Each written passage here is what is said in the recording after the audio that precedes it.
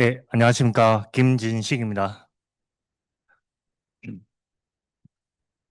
오늘은 레이어 높이에 따른 표면 품질 변화에 대해서 보고, 듣고, 느껴보는 시간을 가지도록 하겠습니다.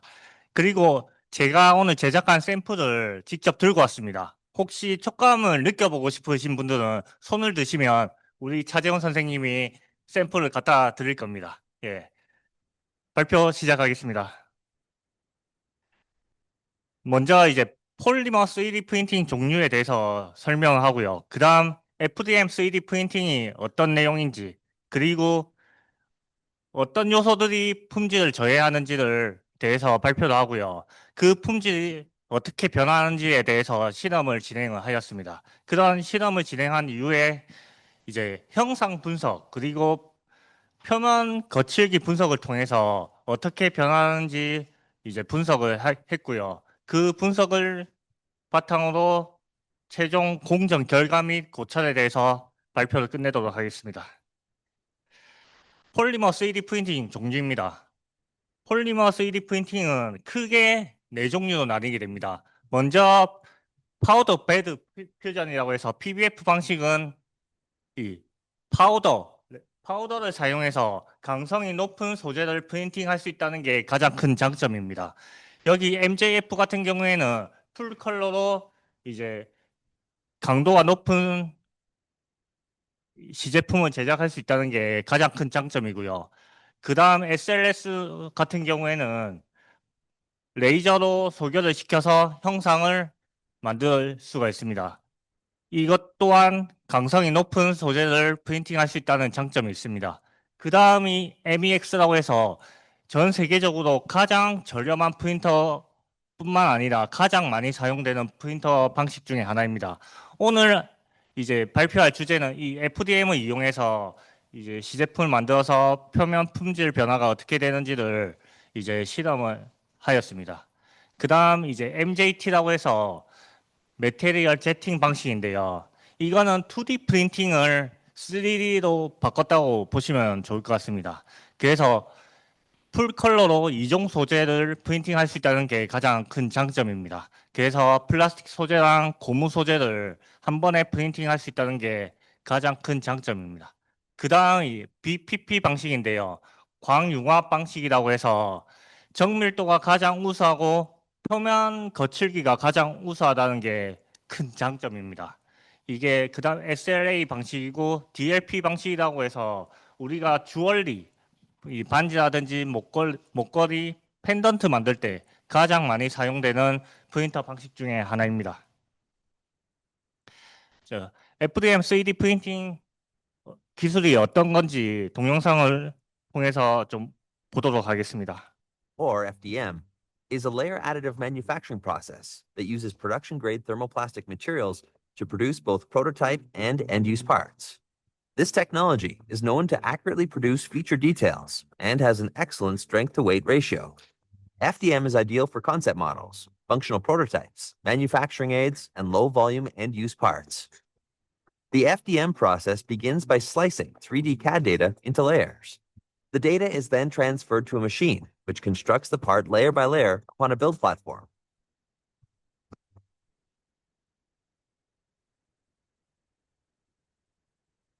Thin thread-like spools of thermoplastic and support material are used to create each cross-section of the part.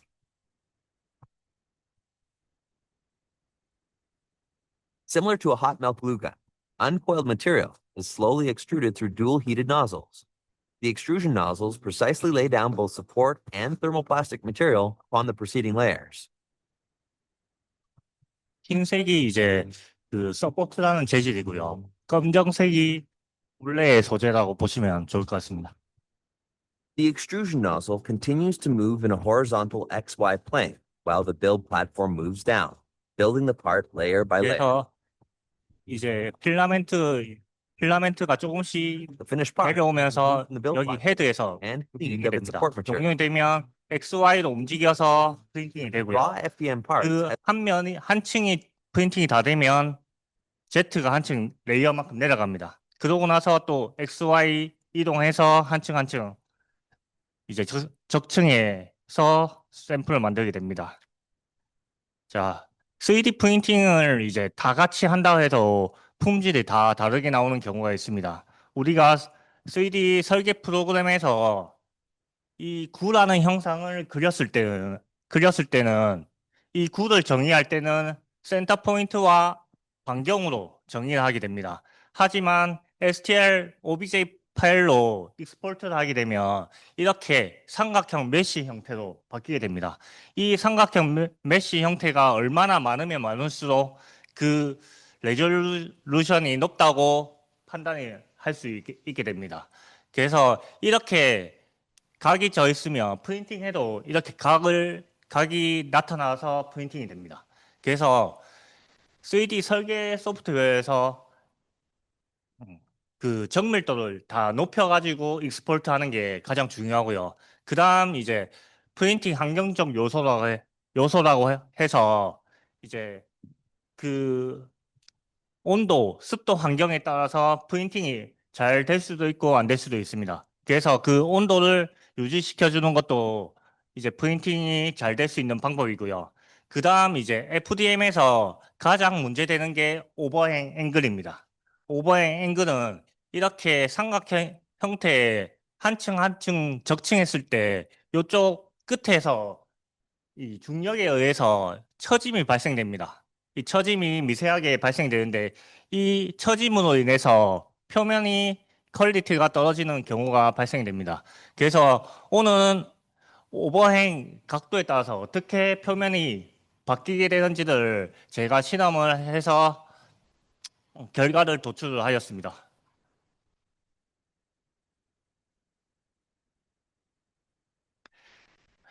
이제 실험에 사용하는 이제 3D 프린터인데요. 벤브랩 H2D를 사용해서 프린팅을 했고요. 싱글 노즐로 프린팅을 했으며 이제 레이어는 0.08에서 0.2mm까지 각 4개의 섹션으로 프린팅을 진행을 하였고요. PLA 소재를 사용해서 프린팅을 하였습니다. 자, 실험 시편은 이렇게 제가 디자인을 해서 프린팅을 진행을 하였고요.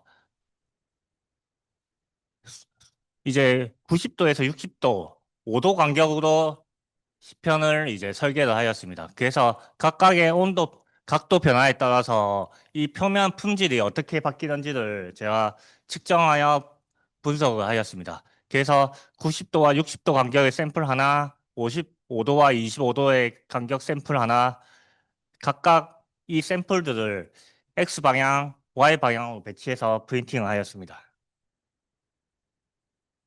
소재는 이제 PLA 소재를 사용하였고요. 그 내부 채움은 50% 정도 채웠습니다. 그랬을 때 프린팅 시간이 열, 18시간, 18시간 14분이 소요됐고요. 레이어는 626층으로 이제 구성이 되었습니다. 필라멘트는 43.14m, 무게로 환산했을 때 130.75g을 사용하였습니다. 자, 그 다음 0.12 레이어로 이제 3D 프린팅 했는데요.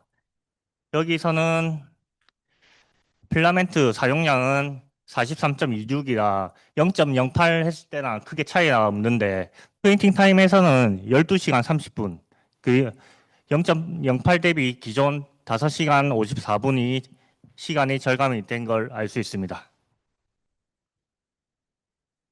그 다음 0.16 같은 경우도 이제 프린팅 시간이 5시간 42분이며 0.12 대비해서 6시간 48분이 줄어들었습니다.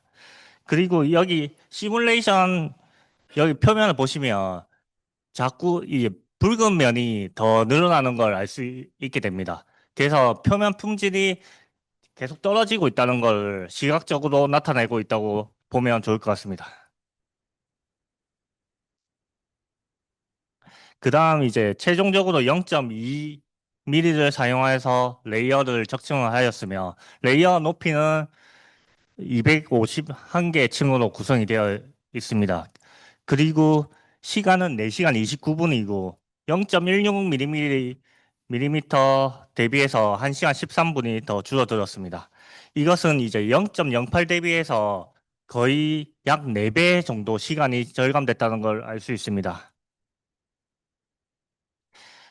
그 프린팅된 제품을 이제 육안으로 검사를 했습니다. 육안으로 먼저 시인성을 높이기 위해서 원래 흰색으로 프린팅됐는데 제가 형광펜으로 색칠을 하였습니다. 색칠을 해서 표면이 어떻게 변화됐는지를 육안으로 검사하기 위해서 이제 색칠을 해서 보았고요. 이쪽 부분이 60도, 70도, 90도라고 보시면 됩니다. 이게 전체적으로 표면이 준수하다는 걸 알 수 있습니다. 다음은 이제 25도, 55도 구간인데요. 여기서 보시면 오- 오버행이 나타나는 부분이 여기서 표면이 더 확실히 거칠어진 것을 알 수 있습니다. 예, 이거는 이제 레이어가 0.08 대 0.12 모든 구간에서 다 표면이 그렇게 좋지 않다는 걸 알 수 있습니다. 그 다음 이제 표면의 형상을 제대로 분석하기 위해서 3D 레이저 현미경을 통해서 분석을 하였습니다. 3D 현미경에서는 20배 렌즈를 사용해서 3차원으로 분석을 하였습니다.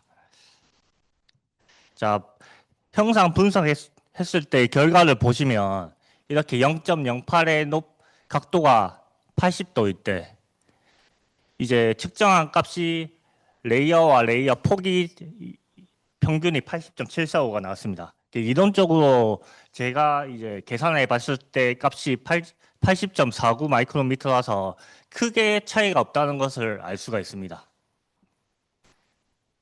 다음을 보시게 되면 0.12 레이어와 0.2mm의 레이어 차이입니다. 각도가 지금 80도이고 레이어가 그러니까 오버행 각도가 줄어들면 줄어들수록 이 편차는 커지고요. 값들은 좀 더 거칠어진다 보시면 됩니다. 그래서 이렇게 굴곡이 여기서는 4개 정도 생겼는데 이 오버행 각도가 커지면 커질수록 이제 이 굴곡이 2개 내지 3개 정도로 형성이 된 것을 알 수 있습니다. 예, 다음은 이제 표면 거칠기를 측정해 봤는데요. 표면 거칠기는 오버행 각도가 90도에서 45도 구간이 전체적으로 준수하게 이제 표면 거칠기가 나타났고요. 이렇게 오버행 각도가 커지면 뭐 커질수록 좀 더 우상향한다고 보시면 좋을 것 같습니다. 그리고 40도에서 25도 구간은 표면 거칠기가 아주 안 좋기 때문에 이 부분은 오버행 각도를 고려를 해서 이제 프린팅 하는 게 중요하다는 걸 나타내고 있습니다. 그리고 X 방향과 Y 방향에 얼마나 편차가 있는지를 이제 기존의 표면 조도 값에서 이제 이제 편차를 구해서 그래프로 나타냈습니다. 그래서 여기 보시면 0.08에서 0.16 구간에 이제 55도까지의 구간에서는 XY에 대한 이제 그 시편의 편차가 거의 없다는 걸 알 수 있고요. 그리고 0.2 레이어 그리고 45도, 25도 구간에서는 표면 거칠기에 대한 편차가 엄청 크기 때문에요. 이것은 이제 프린팅 했을 때 그 동일한 거칠기가 나오지 않는다는 것을, 동일한 표면이 나오지 않는다는 것을 한편으로 나타내는 증거입니다. 예, 실험 결과입니다. 임계 각도를 확인해서 오버행 각도가 45도 이하일 때는 이제 표면 거칠기가 증가해서 이 표면 거칠기를 좀 더 좋게 하기 위해서는 서포트를 사용해서 표면을 이제 거칠기를 좀 더 좋게 하는 방법이 있고요. 이것을 그게 싫으시면 좀 더 배치 방법을 바꾸거나 디자인을 변경하여 오버행 각도가 많이 생기지 않도록 하는 방법도 있습니다. 그리고 고품질로 출력하려고 했을 때 오버행 각도가 이제 포함되는 구간이면 45도, 60도 구간에서 0.08 또는 0.12mm로 설정하는 것을 권장을 드립니다. 그리고 일반 출력 시 0.16 정도 프린팅해도 좋은 표면을 얻을 수 있다는 게 큰 장점으로 나왔습니다. 자, 여기 보시면 오버행 구간에 이제 지지대를 설치를 해서 서포트를 이제 설치를 해서 표면이 이제 처짐을 방지하고 형상을 만들 수 있는 이런 서포트 설계를 하는 것을 추천드립니다. 하지만 이제 이 서포트는 프린팅하고 나서 제거를 해야 되기 때문에 어떻게 제거할지를 이제 시뮬레이션을 통해서 보고 이제 제거할 수 있는 위치가 맞는지 확인하고 프린팅하는 게 좋은 방법 중에 하나입니다. 이상입니다.